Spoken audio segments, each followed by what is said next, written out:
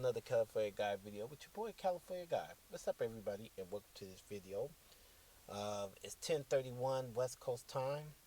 I'm taking me a break away from the job right now, but I am doing this video right now. Got to give you guys a little knowledge, and we're gonna talk about the dominance of white supremacy, the dominance of black people in America, and how we can control the economic game in the United States in our futures. Now, I was watching Conspiracy Guy's video, CDF Furry.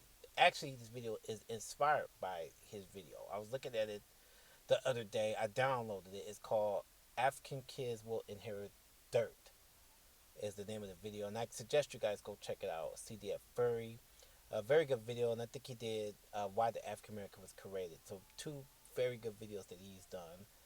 And I'm here to basically break some points down from why black children will inherit dust. Again, shout out to Conspiracy Guy on that video. And it's old. I've seen it a long time ago, but I've been doing some research, watching Hidden Colors, watching some John Henry Clark. I was watching some Dr. Amos Wilson. So I've been looking at various black YouTubers. Also, and I've been rereading certain black books, about Negroes in America. So I've been actually doing some research again because our minds never stop growing. But I'm here to touch on some of the themes on what Conspiracy Guy was talking about inheriting the dirt. Now, he brought out some good points about white supremacy in his video.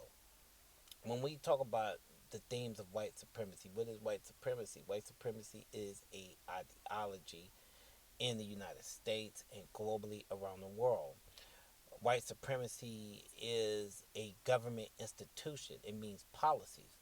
A lot of critics of black nationalists and black people in general who says that racism is alive in 2016 going to 2017, they always bring these points out about how racism and this stuff doesn't exist. But one of the points that Conspiracy Guy laid out in this video was the government. It's really government institutions that puts out systematic racism globally and abroad. And so what he means when he says that everything is set up as a system. Everything sort of is a system put in place by the United States government. When they had slaves back in the 19th century, before Jim Crow, you had slavery. Slavery was operated through the federal government. Presidents, former presidents had slaves. That was their way of life. Slaves contributed billions of dollars into the U.S. economy at one point.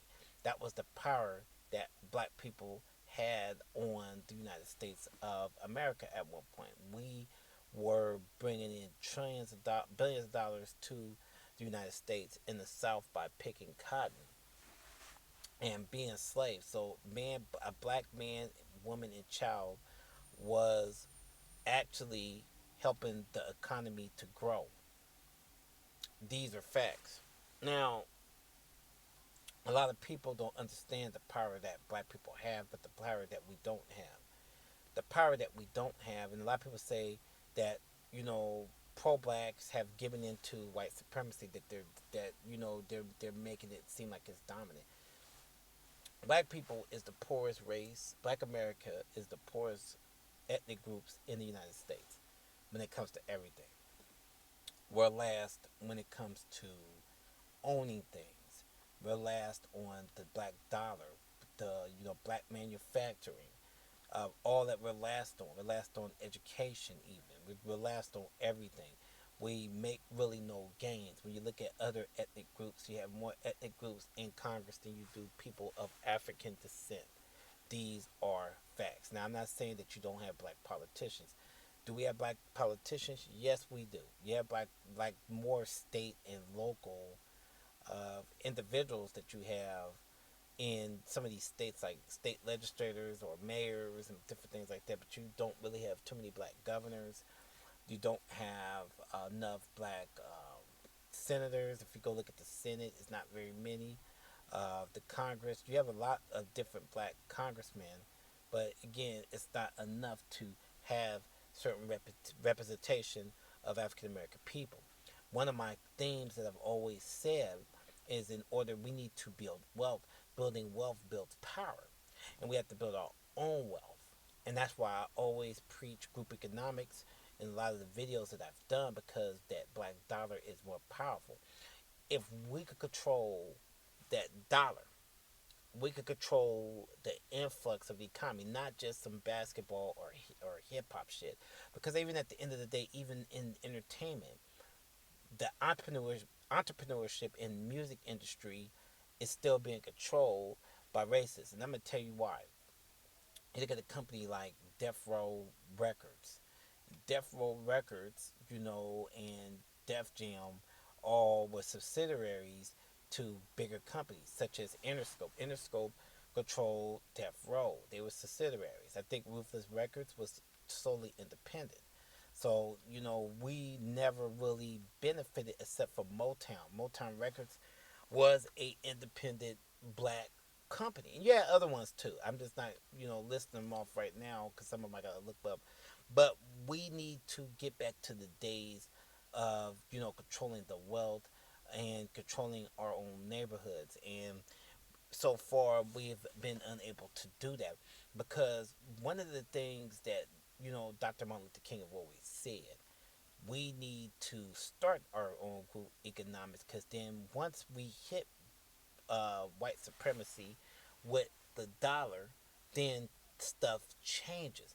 Because again, when you look at the slaves were valuable, and it leads back to and why black children is inheriting the dirt.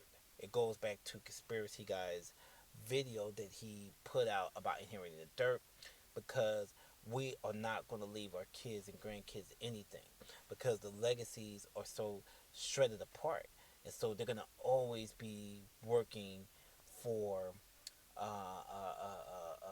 other people that don't look like them. They're always going to have to take orders or be in ghettos until we start building up our own wealth, and we start building up our own communities. And then once we build our own communities, we can control the destinies of the African American people, and then we can compete with other races in the United States. That is the message that I've advocated for years, and it's about the black dollar. Now, I speak for myself. I've always contributed to the black dollar. I've always tried to do stuff in, even if it meets with bad results, with African American people. I try to buy black as much as I can. Anytime there's a black business, I try to support it. If it's a black TV show, if it's not negative, I support it. I try to do all these different things because I believe that that black dollar is really, really strong. And a lot of, you know, black people don't see where, because it's always being said to pro blacks and black nationalists, where are the solutions? I hear coons say solutions, and in this video, I break down solutions, and that is to get that black dollar going, or else kids will inherit dirt, and we won't be able to leave our kids anything. Uh, we we don't even compete when it comes to money and white collar jobs. You have more non-black people as manager positions than you do African American people. This is sad. You have more Italians that are in more manager positions and white collar positions than black people. You have Irish people, the Irish descent, that has more manager positions than you do your own. So, when we talk about the community, that is to bring our destinies back and have a strong legacy in this country. And so far, our legacy is going to be nothing more than either entertainment or violence. So we need to start leading by example and controlling our destinies and our communities. Even if you can't, even if it's buying a black product. If you're a black woman, you try. If you have to use social media, use that, because again, once you buy black and the money flows to the community, then you can hire people like yourself. Once you start owning stuff, then you can have people like yourself. Wealth. What is wealth? Wealth for the average American is buying a home. That American dream is buying a home and owning a car. Home ownership is the most powerful thing in the United States that you could ever have. If we could have more black homeowners, more black businessmen, we would be on top. And we need to pass these homes down to our children, grandchildren, because once we keep it in the family and we generate having homes, having our own cars, then that's where wealth starts. You start to grow money in once you do that, because that's the three components, and it seems like it's hard, but it's actually not. If we as a people can achieve this in the United States, we will compete. It leads back to group economics. It leads back to that. That's what group economics lead to: black dollar, black home ownership, and we will have the power again in the United States. I give props to people that's African descent that owns homes. I give props to that. I don't own a home yet. I rent apartments.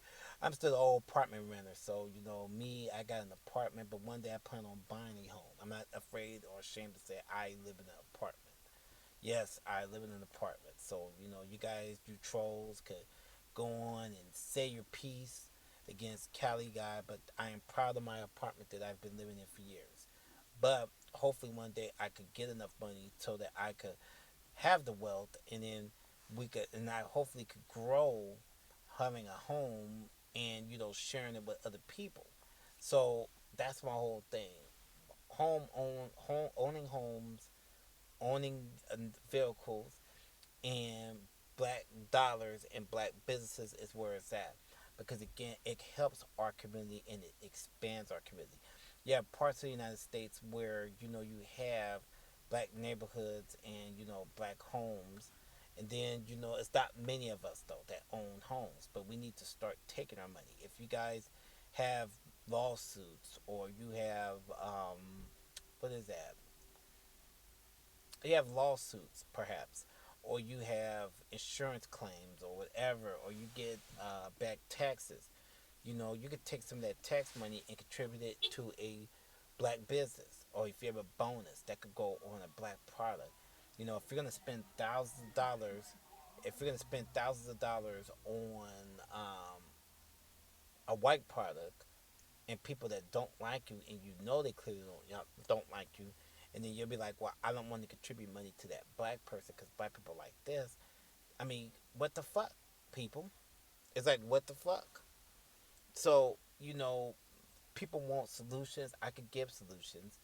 Buy black, buy black, buy black, buy black products, and look for the African American. And I'm not saying to not shop in non-black businesses, because you can still do that. But if you can, buy black. I agree with Dr. King when he says that put your money into black insurance companies, black banks if you can. Go into your own community. If you need like mechanics, try to see if you can find a legitimate black mechanic if you can. If you buy books, look for black bookstores. It's little things like that. Small things lead to big things. If it's $10, $5, and it's a black product, do that. I don't care if you're poor. So, and there's my cuckoo clock right there. People, it's funny because Mad had made a joke on that, but on one of the videos that he did. But it means it's time for me to go back in and check in the work. If I can share this video, people, peace out.